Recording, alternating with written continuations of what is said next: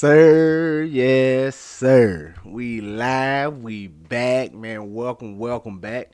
This is the Golden Goose DFS experience. I am your host, Goose, aka Chandler Blakely. We are the leaders in single entry, 3 max, and 20 max content. But you know what I always tell you, man. No matter your style of play, cash game, 150 max or head to head, whatever the case may be, man, this is one of the best spots you can be in. Go on and hit that subscribe button, turn that notification bell on so you can be here rocking with me when the videos and content drop, alright? Also, do me one small favor, man. Hit that like button for your boy, man. It helps the channel grow. It gets some good karma headed your way, and it increases your chances of winning. Now, who wouldn't want all that, man? Go on and hit that like button, man. I appreciate you. Thank you for tuning in. This is my starting five series, but it's a little different for the playoffs, man, especially today. Got a 2-game slate, so I'm going to give you 2 plays, a little fantasy 2-piece today, a little DFS 2-piece. That's what I'm going to start. I said I'm going to bring y'all a video in the next 2 games. I can't give you all my plays away because it's a 2-game. I basically been and gave you my whole lineup. So we're going to give you 2 plays on these 2-game slates. A little fantasy 2-piece is what we going to call it here for you, all right? We going to get right into it. I got 2 plays queued up for you today. But we're going to go on my lineup review, go over my best lineups from yesterday's slate. And, yeah, let's get into it, man. You know we don't like to hold you long. Hey, good night for the fam over here yesterday, man. About 5-6x the old buy-in. It's really like 5.5, 5 point, somewhere in that way. You know, just call it, round up, call it a 6x the old buy-in. This is my best performing lineup on DK right here. This was the $12 single entry. Came in 16th place over here. Was sweating the takedown. Was a little nervous. This is my best lineup, although it didn't have Maxi in. I had plenty of Maxi on y'all, man. Maxi came through for me, made the night good, made the night very good. But this is my best performing right here in the $12 single entry, 16th place. At the top, man, Jalen Brunson, 40% on. I like this game environment in general, man. I told the gang last night that I wanted to touch on this first game. I liked it. I liked a lot of pieces over here. Brunson, Maxey, Embiid, Hart, Oubre. I liked so many parts of this game. McBride was my favorite value play, man. Had him in lineups, man. It was just a good night for us, and this game went to overtime, worked out well for us. Brunson, 59 fantasy points, very solid out of him. Andrew Nemhard, 55%, gave 24 fantasy points, solid at 4,700. OG Anunoby at 62% on, gave 29 fantasy points. Obi Toppin, 11%, came through with 26 fantasy points. Once we got that late news that Allen was out, man, it just made me like the Cavs guys even more. Before we got that news, I told the team I like Donovan Mitchell. I had some interest in Darius Garland, and I liked a little bit of Evan Mobley. I told him I was gonna get to Jared Allen heavy if he played because I knew the ownership would be down on him because of that questionable tag.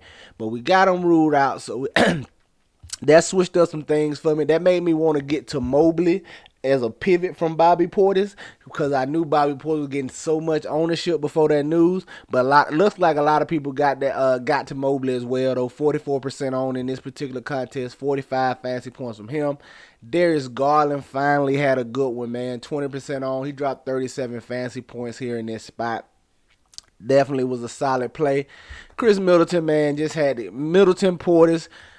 Those Bucks with no Giannis, man, and no Lillard, you just had to get to some of them, man. Middleton, good night for him, man. 54 fantasy points here if they pull off the win here against the Pacers. And then Malik Beasley down here, 23%, come through with 31 fantasy points here. So 16th place, like I said, we placed high in the 20 max. Guel in my other single entry. It was just a very solid night. Let's go look at FanDuel where I thought we had a takedown. Came in second place in the $10 single entry over here. Won $150 off of that one. At the top, my boy Tyrese Maxey, man. I told you I had plenty of them. Got him at 10% on over here. I knew he would be lower on over here. He was lower on DK too. I think I got him at like 16%, 15% somewhere in there. But I knew the price increase would definitely have him lower on FanDuel. I thought he would be in the single digits. So that's why I was okay getting the Maxi over here. I talked about him yesterday on the video. Got him at a steal at 10% ownership. 62 fantasy points, man. Your best point per dollar perform on yesterday's slate. On the DK side, I don't know if he was on FanDuel because the price difference. But very solid for him. Got to my boy Miles McBride, man. 43% on over here in this contest. 30 fantasy points from him. Donovan Mitchell, 40. He woke up. He was struggling that first half, came around and salvaged it for us in the second half. Got to some Max Strus. Once I told the game, once Allen was ruled out, everybody was live for Cleveland. Whoever started was going to be live. So got to some Max Strus here at 5,100. 30% on 35 fantasy points. Malik Beasley once again. Got to some Chris Middleton. He's very chalky. As you can see, this lineup was pretty chalky outside of Tyrese Maxey and Obi Toppin down here at 14% on, gave 24 fantasy points. And then my boy Brook Lopez. A little bigger performance from him, and we could have took it down. But like I said, very solid night. I think we missed, 3 points from a takedown, man. Come on, Brook Lopez. Come on, Brook Lopez. You got to give me more than 20 here in this spot. Only 3 boards. I needed you to snatch that double-double. But very, very good night on FanDuel as well, man. Let's get to today's slate. Got 2 plays eyeing out for you. Now, it's a 2-gamer, man. It's going to be tough to get different. Lineup construction is going to make the difference here, man. Your combinations of plays, using like different combinations that people aren't going to. So that's how you're going to have to try to get different. The plays is just going to be the plays. You know, everybody getting to the Clippers, Harden, Paul George, all of that. So we're just going to have to see how we can get different and construct our lineups in a little different way to get leverage on the field. I got a couple of plays pointed out for you today that I think are going to come in lower on and can help you do that, man. You know, get some little differentiation in your lineup to give you that leverage to take something down. So first up on that list, man, a guy I'm looking at is Norman Powell, 4,700. He's going to play, man. Now, the thing with Powell is he is all scoring. You know what you get. He can fall into some rebounds for you, but it's all scoring with him. If that shot is falling, he's going to stay out there. He's going to give you the big performance. 32 minutes last time out with no Kawhi. Still no Kawhi in this spot. They're going to get him out there for some offense. He's going to be the additional offense when one of Harden or George is off the court. Harden and George out there, they're going to pretty much run it. But when one of them comes off the court, he's the next scorer up in line. So look for him to have plenty of shots, man. At least double-digit shot attempts here. We just need him to make them shoot solid from the field, and he can give us a fantasy score that can help our lineups take some down. But I am Norman Powell here. Interested to see how the ownership plays out on him. He should be on the lower end of the ownership side, but we definitely keep our eye on it. But like Norman Powell, a little piece to help differentiate your lineups tonight, all right? And your second play over here, man, I know nobody's going to play him. It's Tyler Hero, 8K. Listen, I know that nobody's really going to want to go to this Heat side. Everybody's expecting Boston to go on and put the Heat out their misery tonight, send them on up out of here. Hero's going to get lower ownership. He's only had one good game in this series, but he's there. It's the him and Bam show, man. He's going to score. He's had a big game here in Boston, but the caveat is you need the guys to hit their shots. If Miami can find their shots, that game he had in Boston, he scored well, but he also had like 14 assists, and that's because the Heat was draining their shot. He is the point guard. He's going to get them in their sets, kickouts, everything. If they can hit their shots tonight and help Hero gain those assists, I definitely think he brings the scoring here in the elimination game. I'm curious to see what his ownership is, but I know he's going to be the lower owned, especially in this 8K range, because everybody's going to get to Harden, Paul George, pay a little more, probably get to Bam, maybe go to Kyrie at 8-8. Like, he's going to get ignored because all the firepower is in this 8K range. So I know we're going to get Hero a little lower ownership. He could be a nice little sneaky piece to add into your lineup. You know, you compare him with George, Harden, or whatever, but just a great way, I think a solid way to get different here is nobody really going to want to play him in this matchup. I'm going to take some shots on him, all right?